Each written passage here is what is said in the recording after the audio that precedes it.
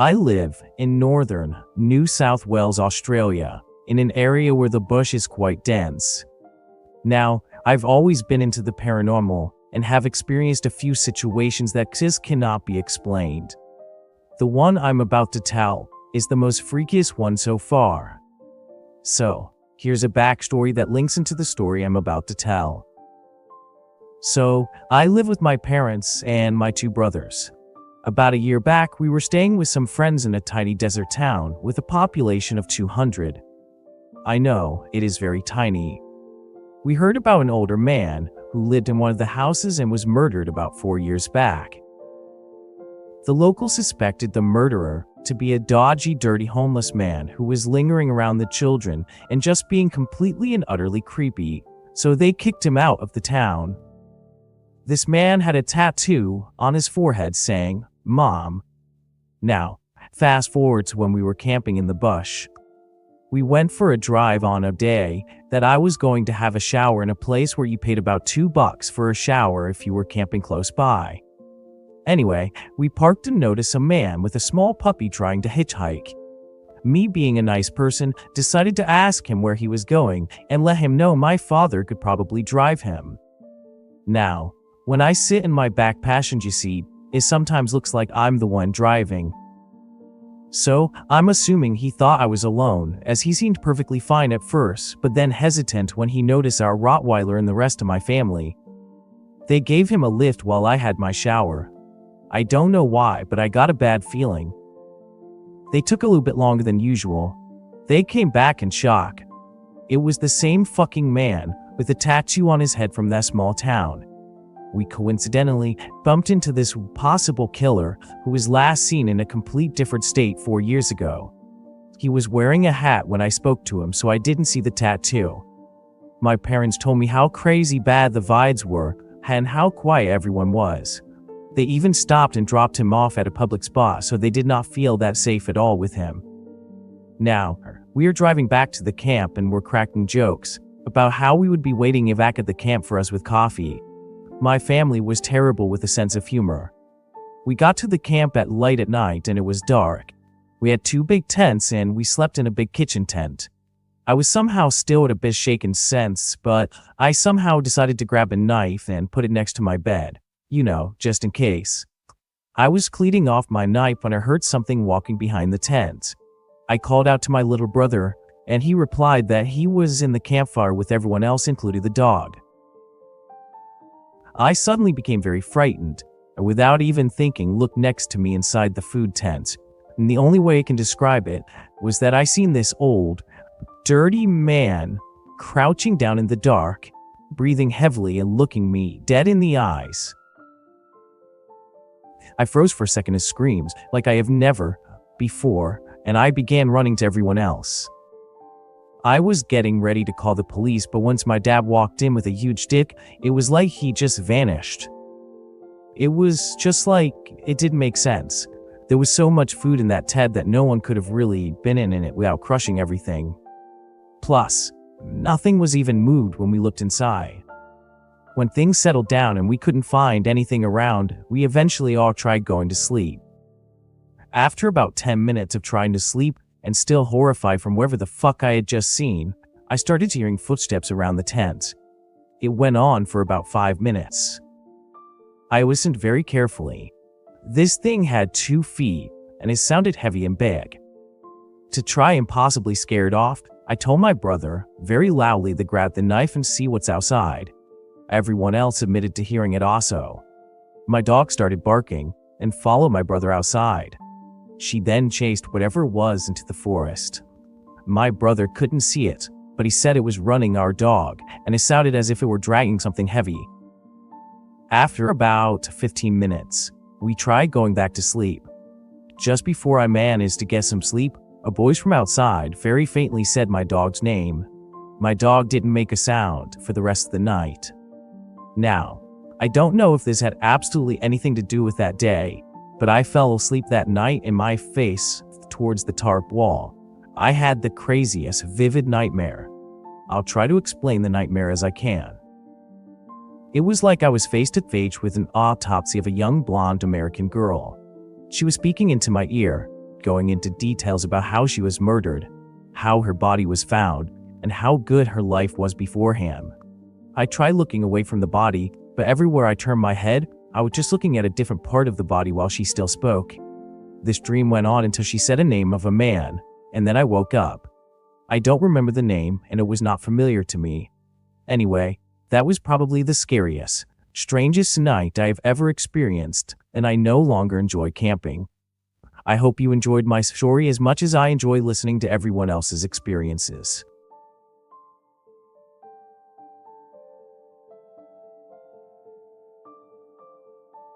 Before I start the story, let me give you a little insight on myself.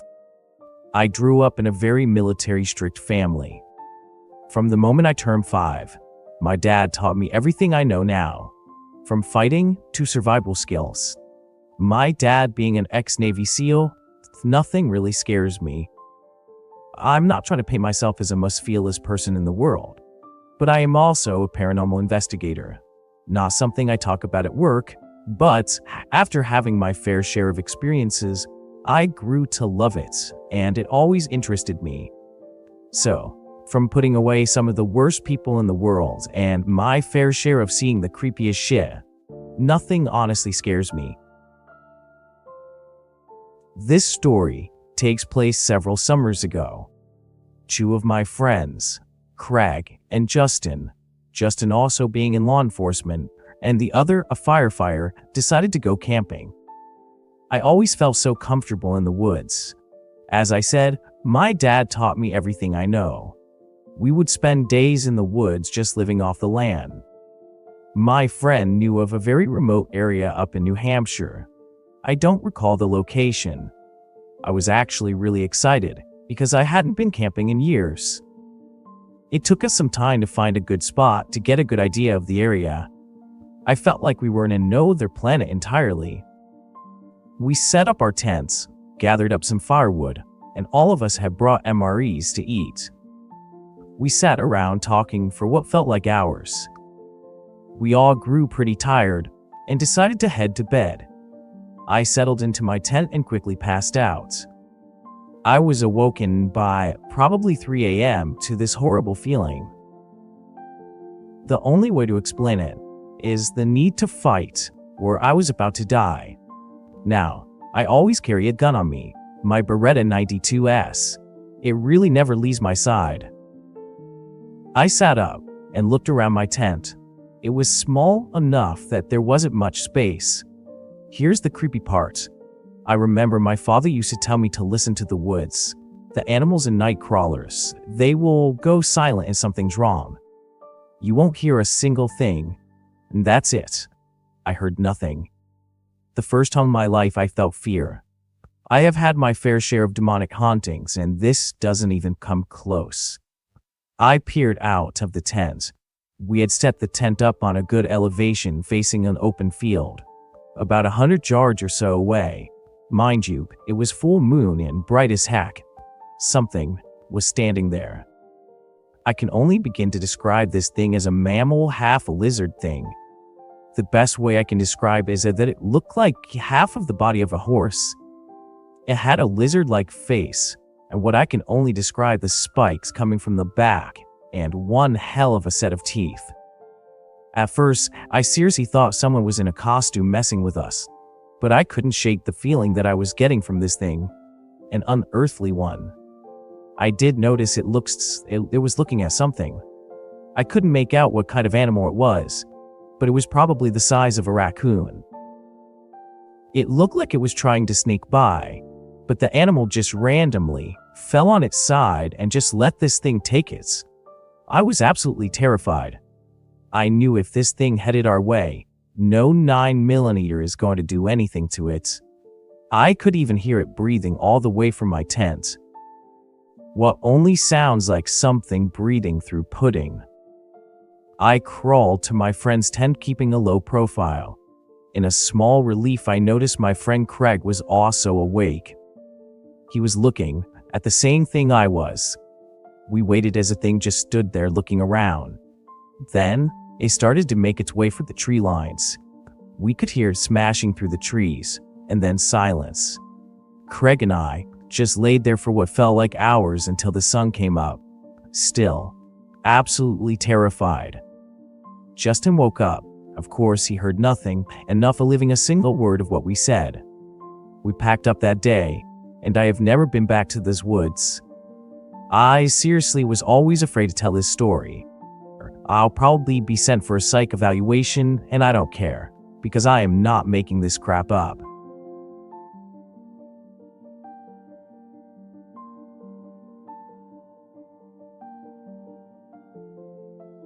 I guess I should start by saying this happened in early September of 2016. I'm a 25-year-old female that lives in a really rural part of northern Arkansas with my fiance, near the lake to be exact. It's gorgeous, lots of open farmland, plenty of woods, and barely any neighbors. It's what my soul always wanted. I am an only child, also, and have been pretty much spoiled my whole life. My father, for as long as I can remember, would randomly bring home toys. Not just little toys. I'm talking go-karts, dune buggies, and even four-wheelers. So, since I was young, I knew how to drive just about any off-road vehicle, and I loved it. We even had jet skis at one point. My parents were very laid back with me, to the point that they would nap during the day and let me ride the dune buggies until dark. I forgot to mention, I just recently moved full-time to the property. For years, we would only visit the land on the weekends, so it was a different feeling knowing you don't have to go back to town. My parents live about 3 hours away from the land, so seeing them on the weekend is a treat. They bring up all kinds of goodies. The land is beautiful, about 30 acres more than half of which is cleared. Years ago, a small farm was here. The old barn still stands, and of course a pond with a ton of frogs. One night, we all got wild hair and decided to go for a night ride. My father now has a Jeep, so him and my fiancé decided to ride together. Me and my mother decided to ride separate on the wheelers. These four-wheelers are fairly new, automatic, so they are ready to ride a while. And damn it, I also forgot to mention that for miles outside of the property is the Cherokee Wildlife Reservation. So there are miles and miles of woods and dirt trails. So many that you could be gone all night. Behind the property about 20 minutes out is a creek. Once you pass through it, you would go up the mountain on the other side of Cherokee. There's also a crap ton of logging roads, but before you get to the logging trails, there's a dirt road you have to take. I have taken this road for years. I have had some weird feelings out there, but this night will be the night that I will always remember until I die. My dad, fiancé, uncle, and aunt had gone ahead of us, 5 minutes ahead of us to be exact. My mother and I had been out making a drink. Yes, my wheeler was a cup holder and I was gonna bring alcohol with me, damn it. After we passed through the creek and up the mountain, I noticed the beams of my mother's wheeler start to dim. Normally, they do because your fan too cool engine has kicked on, so I didn't think anything of it. I want to let you know that there are houses near the end of this road and near the beginning, so there's a gap of about 5 miles long of woods, and an occasional dirt road for gas as well. By the way, gas wells are everywhere up here. As we get closer to the trail we are supposed to take, my mother's wheeler starts backfiring. We stop for a second to see what's going on. When it dies. Now, like I said, I've been out in these woods my whole life. I wasn't afraid at all. No weird things, roar, feelings, or anything. My mother calls to my dad and tells him what's going on, but no calls are getting through. They must be going down the mountain, my mother said with an aggravated tone. I turn off my wheeler, but leave the lights on. The road is narrow, so narrow that 2 cars can barely squeeze by. I don't want some drunk guy flying around the corner and not seeing us. As my mother tries to call my dad again, I start looking at her wheeler. Something isn't right with it. There's power to it, but no fuel was getting to the engine, which could be a lot of things causing that. So I get my phone out and text my fiance, letting him know we were stuck in the middle of the road. We were sitting there for a good 10 minutes, when all the hairs in my body started to stand up. I immediately look in the direction of the headlights to see a man walking from the pitch darkness. He had no light, and he said nothing. It took a second for my brain to register what I was seeing. As my mother finally got my dad on the phone, I whispered to her sternly, "Mom, there's a guy walking up on us." Now, my mother tends to panic at times. I never took my eyes off him. He was still far enough away that I couldn't make out much features. My mother is freaking out and I tell her to leave the shit and jump on my four-wheeler. As she does, I yell to the guy who was obviously getting closer, "Hello, what the hell?" He said nothing. This seriously freaked me out. Like, who the hell walks down a pitch-dark road in the middle of the night without a light? And not say something as you approach other strangers. That's when it dawned on me. He must have been creeping in the woods down the road. Voices echo like crazy out there, so he probably knew we were women. Normally, I keep a .38 on me, but my silly ass left it at home. Out of all times, and this would be the one time that I forgot it, I start my wheeler up and my mother hops on. The man is still getting closer. Now I can make out a red flannel shirt and dirty jeans, dark hair, but not much more. He had a gun. Not in his hand, but visible on his hip. He still wasn't saying a word, which makes us kind of panic even more. He also was not looking at us, but rather at the ground. I realize I can't back up because I can't see a damn thing behind us. So, I threw it in high and took off past him. As we passed him, he just stood there, facing and following our direction, yet never looking up at us. It was pretty disturbing. We make it near through the creek and my mother was able to tell my dad everything. He immediately turned around when he heard a shelling. He was at the wheeler in about 4 minutes. As we met back at the wheeler, the guy is there, on his own wheeler. My mother and I just sat there, staring at this weirdo. He never gave me or my mother eye contact, and ended up heading to the creek to talk. As we all shut our vehicles off, my dad asked us, "So, where did he come from?" I told him, "The darkness." He just walked up without a light from the road. My fiance chimes in. He had a wheeler in and tow straps. Y'all didn't talk to him or anything? My mother and I just stared at him, with open mouths. This guy was going to take our wheeler. He never asked us if we needed help. He didn't say or do anything but act weird. The man had told my dad his wife had heard people yelling in their driveway. We didn't even pass their driveway. The next day, me and my fiance head to the same spot to check out this driveway. We reached just about halfway there when the four-wheeler had died. And just a few hundred yards down the road was an overgrown driveway. We drove up and decided to walk the rest of the way. Tucked far behind the woods was a rundown barn-like cabin, with no power, no vehicles, and no signs of recent life, and definitely no sign of a wife. There was an outhouse behind the barn. As we walked up to the windows, we noticed the man's wheeler sitting behind the barn. I looked at my fiancé, who had a worried look on his face. Inside the barn was stuff that you would expect to see in a garage. No indication that someone was living there. As we backed away slowly, I start to notice that there were vans hidden in the woods. Like a homestead. They were run down and I'm pretty sure they didn't run, but still. And that's when my fiancé grabbed my hand. We quickly got back to the Jeep. On the way back home, I told him about the vans. He said that he noticed them too. He noticed them at the same time he noticed the man staring at them from inside the barn. Always bring protection if you're going to be in the middle of nowhere.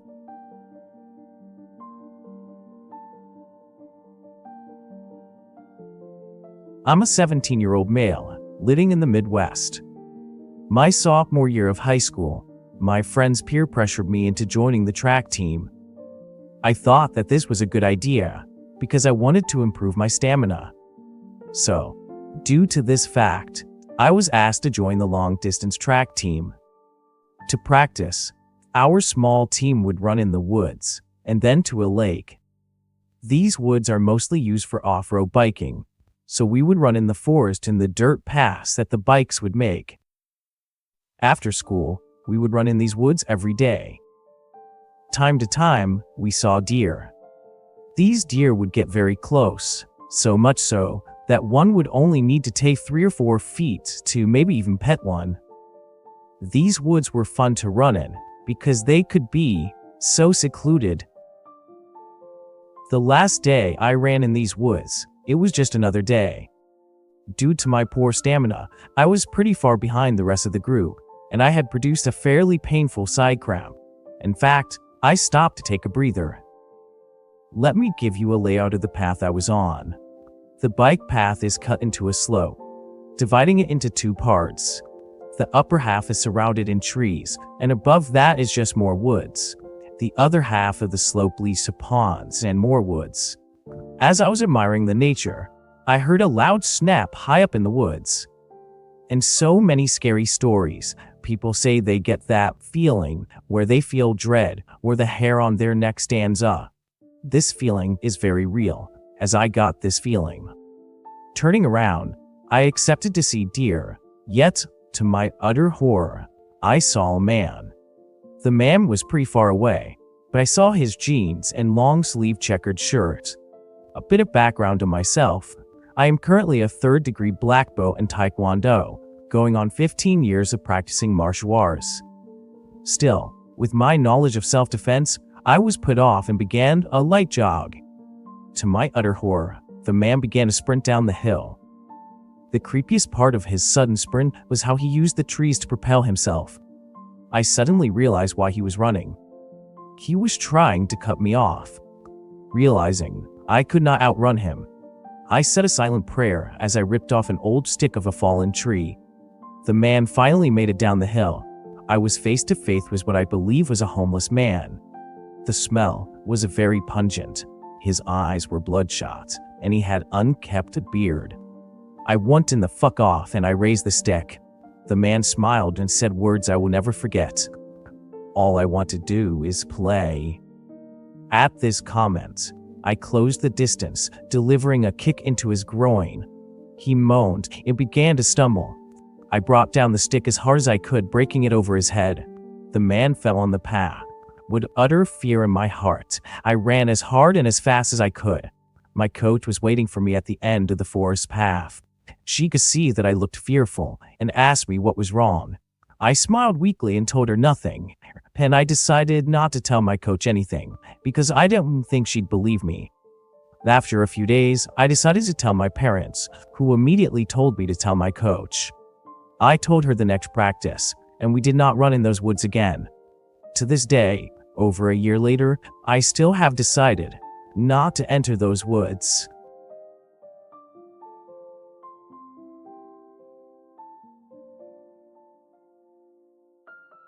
This happened about 2 to 3 years ago. I live in northwestern Montana, and it was my senior year summer. And I was going through some personal stuff that year, and I thought the best way to escape from that was to get off the grid and go camping in the forest. My plan was to go on a hiking trail that not a lot of people hike on, and get to this small campsite. I packed my gear that everyone brings on hiking trips: food, water, tents, bear spray, etc. When I left, it was after work and it took a couple hours to reach the beginning of the trail. The hike was 10 miles into the forest, which had winding paths, rocky areas, and thick and overgrown brush that at times was hard to see the trail because of how overgrown the trail has been with the lack of people taking it. The trail just led you deeper into the mountains. The hike was pretty uneventful until I reached the campground. When you come out of the trail into the campground, the first thing you see is a small open area about 30 to 50 feet, just enough to hold a couple tents. And when you look in front, you can see a small lake with trees packed together tight, and is hard to see through right above the Rocky Mountains, staking up high in position to where the sun goes over. The surrounding area is covered in pine trees, making it hard to see more than 20 feet in front of you. When I reached the campground, I set up my tent right away because the sun was going down fast in the mountains. When I reached the campground, I set up my tent right away because the sun was going down fast, and with the mountains there, it grew dark quick, and since I have had nothing to eat, I got a fire going and put some food on. And here's where it starts to begin. Nightfall came. The night was calm and just a small breeze was coming to make the trees just move enough to where it starts to make karaoke noises. The night was pretty chilly, and I made a pretty good fire. About an hour into the night, I got this foul smell that just seemed to linger around. It must have been coming from the wind, that is what I thought anyway. But the smell was strong and felt like it was right next to me. I threw another log on the fire, and then I hear the scream of what sounded like a woman next to me coming from the direction where the wind was coming from. At least, I think. It freaked the hell out of me because I thought I was the only person up here. I didn't see any other tents, and there's no place to set up tents other than a spot I'm in, and the scream didn't come from the trail I came from. The visibility that night came from the campfire and the moon reflecting off the lake, so I couldn't see far. But I reached into my backpack and pulled out a flashlight and just slowly started scanning the area for a woman. I yelled back, "Are you okay? What's wrong?" And the woman yelled back, "Help me." So I said, "Where are you? Are you hurt?" Trying to find the source of the sound. There was a small pause, and then she yelled back, "Come here." But there was something off about the voice. I just kept thinking to myself, that woman didn't sound like she was hurting or anything was really attacking her.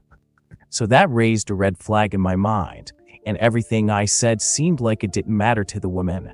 Like she was just trying to lure me out of the campsite with some 2 words, "Help me." Right after that, I reached into my backpack and pulled out my handgun and kept scanning the forest. After a bit, I could hear far in the distance elk making noises, and right after the elk finished, I hear the loudest, hypest screech that I've ever heard in my life, in the same direction the girl was yelling at me from. And after the screech, I hear movement in the direction of the elk, with the bushes moving violently until the bushes became unmoving and the campground came to a standstill again.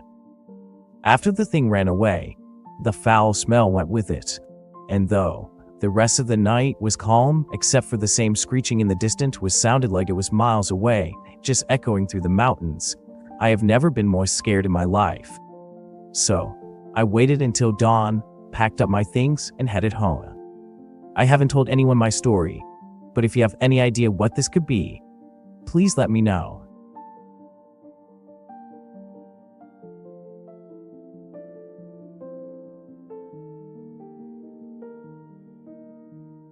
In the fall of 2016, a friend and I decided to go hiking late in the afternoon in a densely wooded wilderness area in the mountains not far from Fayetteville, Arkansas. My friend Rick was close to 60 at the time and recovering from a triple bypass he had undergone around 16 months earlier. We had been hiking these trails for about a year following his operation to strengthen his cardiovascular health. That day, a weekday, I hiked with a bottle of water, my wallet, and my keys, but nothing else. Nothing to protect myself. The trail we picked is a popular weekend hiking spot that we had taken dozens of times before. We were both comfortable with the hike and had never had a problem on that path, or any other for that matter.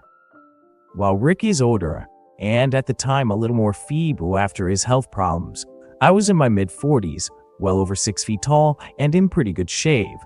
So, I wasn't really very worried about our safety.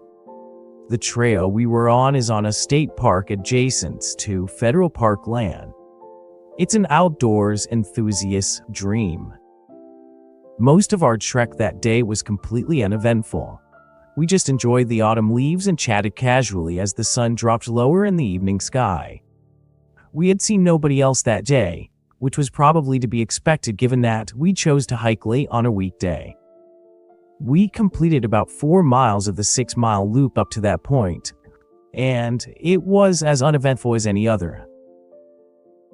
On our way back to the car, at about 2 miles from park area, we spotted someone. Through an opening in the trees, I saw a young woman, probably a college student.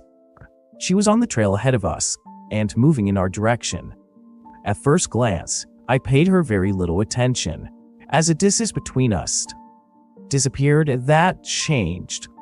I did not know her, so I could not have mistaken, but there was something about her posture and expression that just seemed off.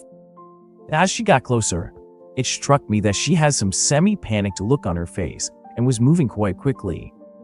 But she was in athletic gear, so maybe she was just doing some cardio or something. She occasionally turned her head and stared over her shoulder.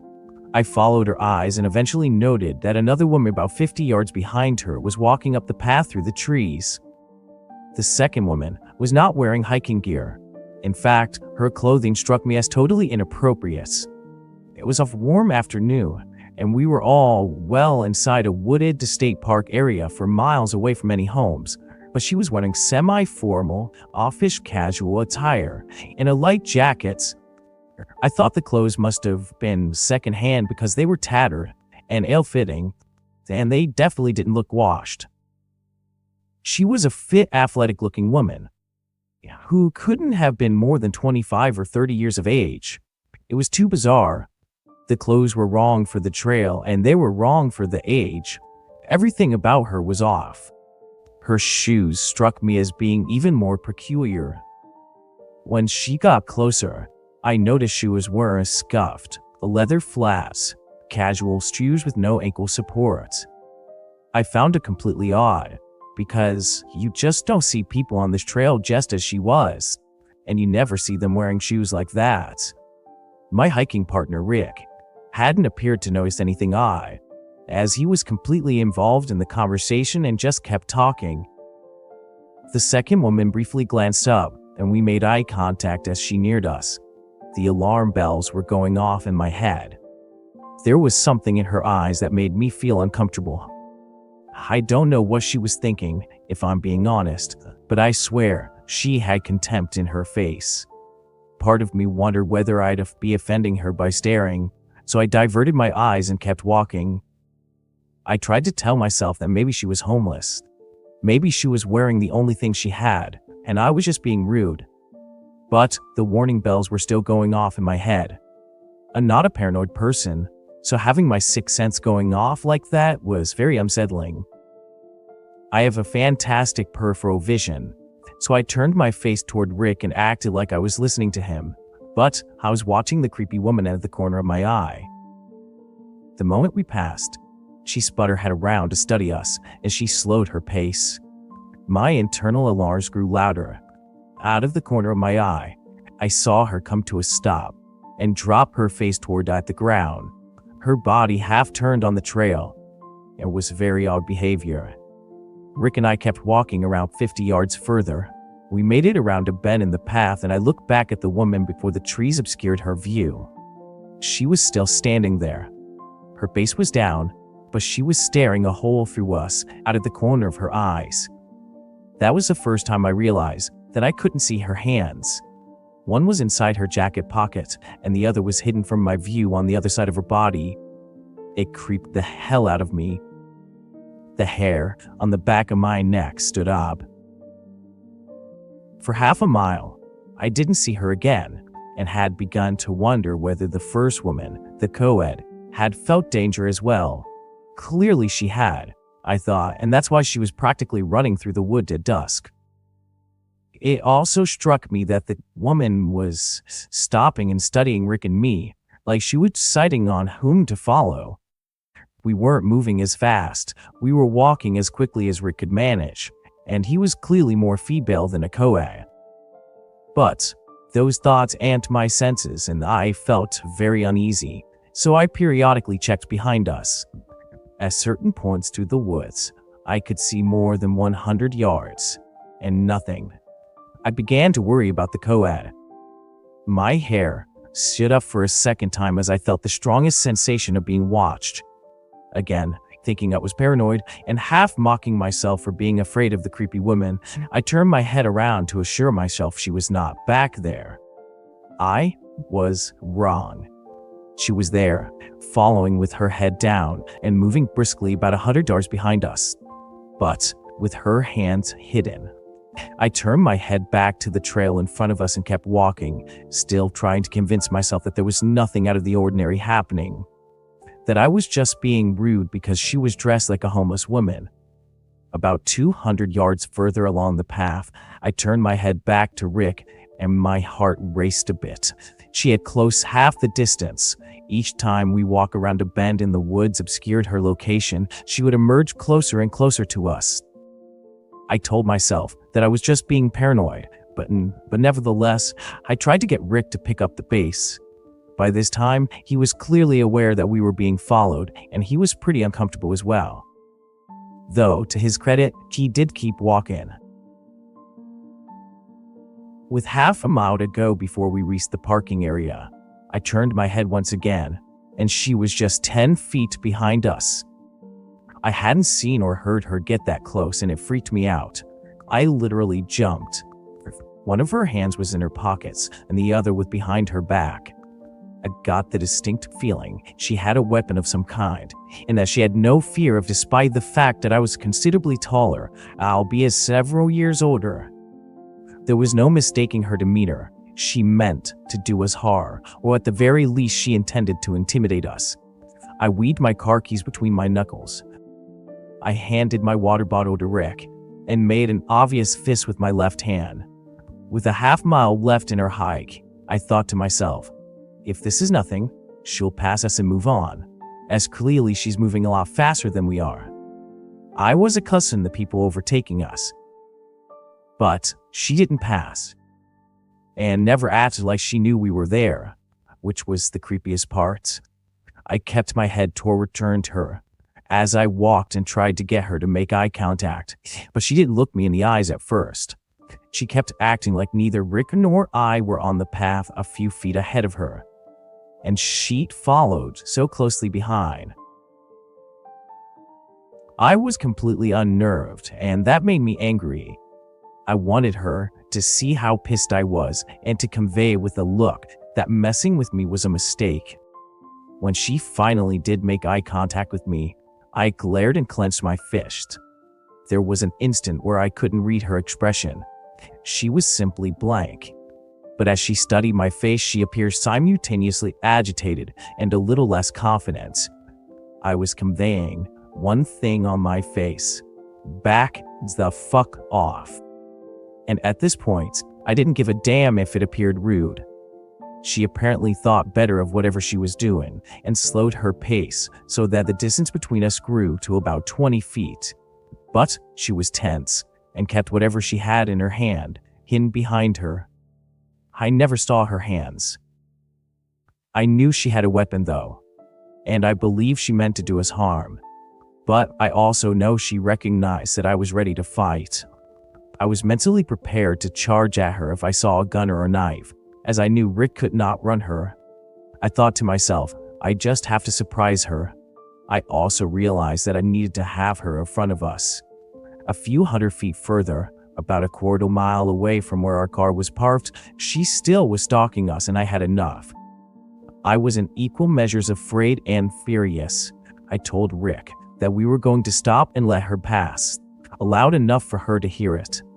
Just as I was getting ready to stop on the trail and make her walk in front of us, she veered into a small clearing, plowing through waist-high brush, crossed a ditch and scurried through a tree line to a road that ran through the woods in between the main road and the parking area. I kept my eyes on her the entire time. She had a car. It was parked alongside the little service road, partially hidden by shrubs, not in the parking lot. The last time we made eye contact, just before she climbed in her car, it was clear from the expression on her face that she was very angry. I glared at her, expressing my own anger, and kept walking. When her car started and she drove away, Rick got quiet before asking me, what in the hell was she doing? Did she have a gun? I told him I didn't know. I never saw a weapon. We walked back to our car without saying another word. Once the engine was on and the doors were shut, we chatted a bit more and decided to call the authorities and report the incident, and to make sure to have them check the poor co-ed who had passed first. To this day, I have no idea what the creepy woman was planning to do. I don't know if she wanted to rob us, harm us, scare us. I have no idea. I'm just thankful she decided better of it. I have hiked that trail more than 50 times since then, but I've never seen her again.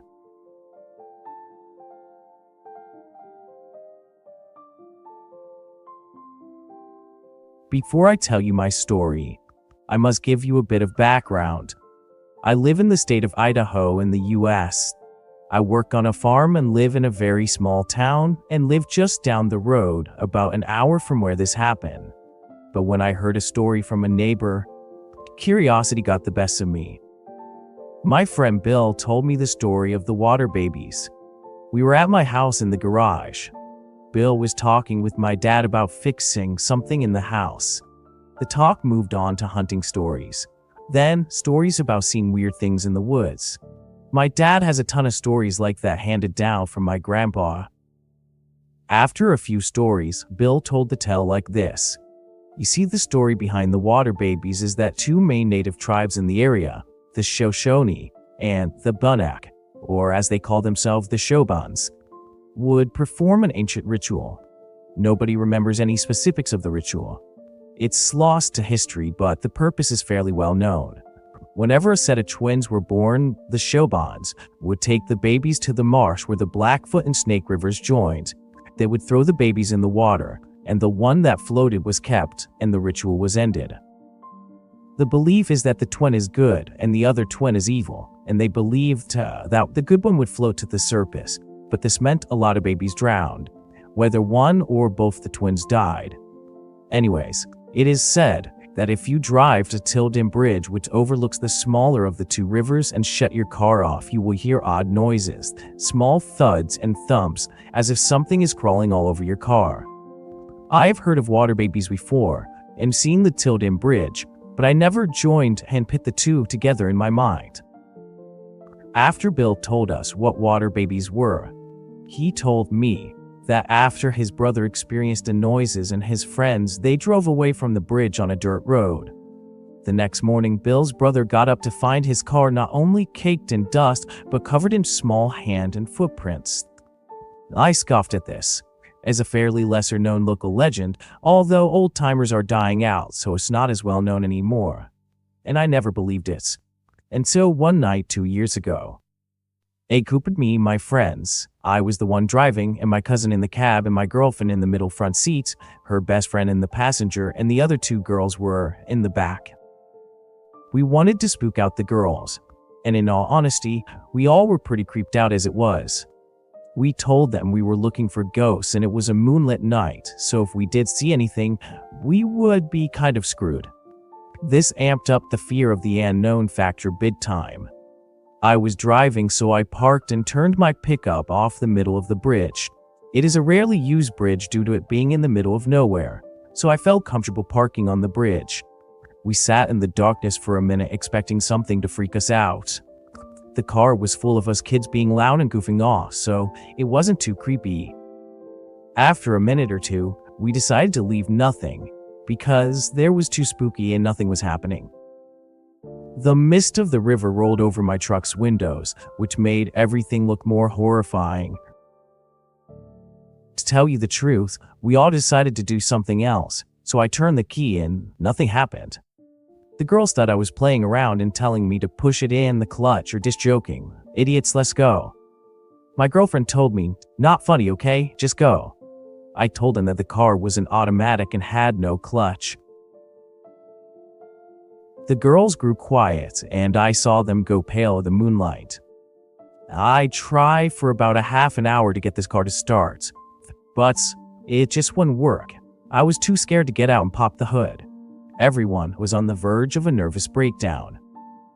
I kept turning the key, and my girlfriend's best friend in the passenger seat had her window down a small bit. Through the small slits of the window, we heard a baby screaming not too far from the river bottoms. Mind you, we were miles from the nearest town or any farms, so it couldn't have been some baby a little ways off, because we were in the middle of nowhere like I said before. We were literally like a half an hour from the nearest town. We then started hearing soft thuds and bumps of the roof and hood of the truck.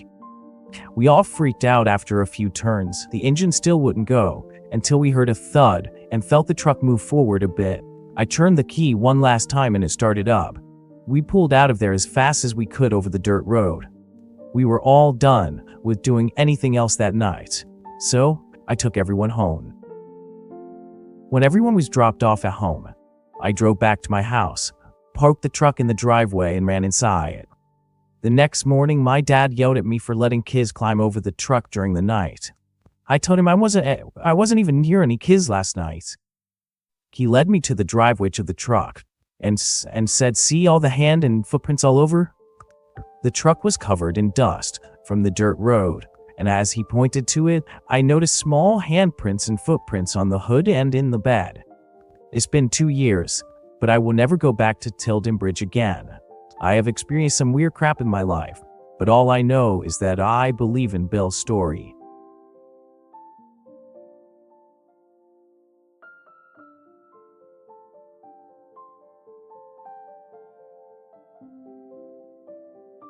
This story happened to me when I was hiking in the woods. It was about 3 a.m., so there was no light yet. There is rarely people up there and there are no trails. It's mostly trees and hills and wild cows. I was walking down a hill and I thought, why not do some exploring? So I decided to go down a few more hills until I was on flat ground. I looked around and saw what looked like a trailer. I decided to go into it. I had my gun in my hand, just in case some crazy bear or something tried to kill me. Anyway, when I was inside the trailer, I nearly threw up. It smelled like sulfur, but extremely bad. I walked further into it and saw a bed, a bag, and some books on black magic. Then I left because I couldn't stand that smell anymore. I left the trailer and continued walking. I came across a house. Well, maybe a bit bigger. I was like, why not go in there? And so I went in. I saw the same books and I was kind of creeped out. Then I went upstairs and saw that there was some stuff on the second floor. I heard something move and I got a terrible feeling of bad energy. Then I decided to yell for whatever reason at whoever was up there. I said, "I know you're up there, motherfucker, say something." But there was complete silence. I shot my gun through the roof and, this time, heard a scuffle. The sun had started rising now, so I decided it was best to leave. Before I left, I saw something written on the stair. It said, "House of Spirits." I booked it out of there, and I felt the same feeling of being watched and scared. I turned around and there was a man on the roof. He was staring at me. He had a long beard and long hair. He was smiling at me, and I felt so disturbed. I shot at the man and yelled at him, but he kept smiling. I ran back to keep an eye on him, and I booked it into the truck. I always see that man around town, but I guess he doesn't recognize me. A few years have passed and my father's friends know him. He is always at the library. He gives everyone bad vibes and stuff, but I'm lucky to be alive. He was a devil worshiper and could have killed me, and no one would have known where to find our car. Anyway, I won't be going near their house again.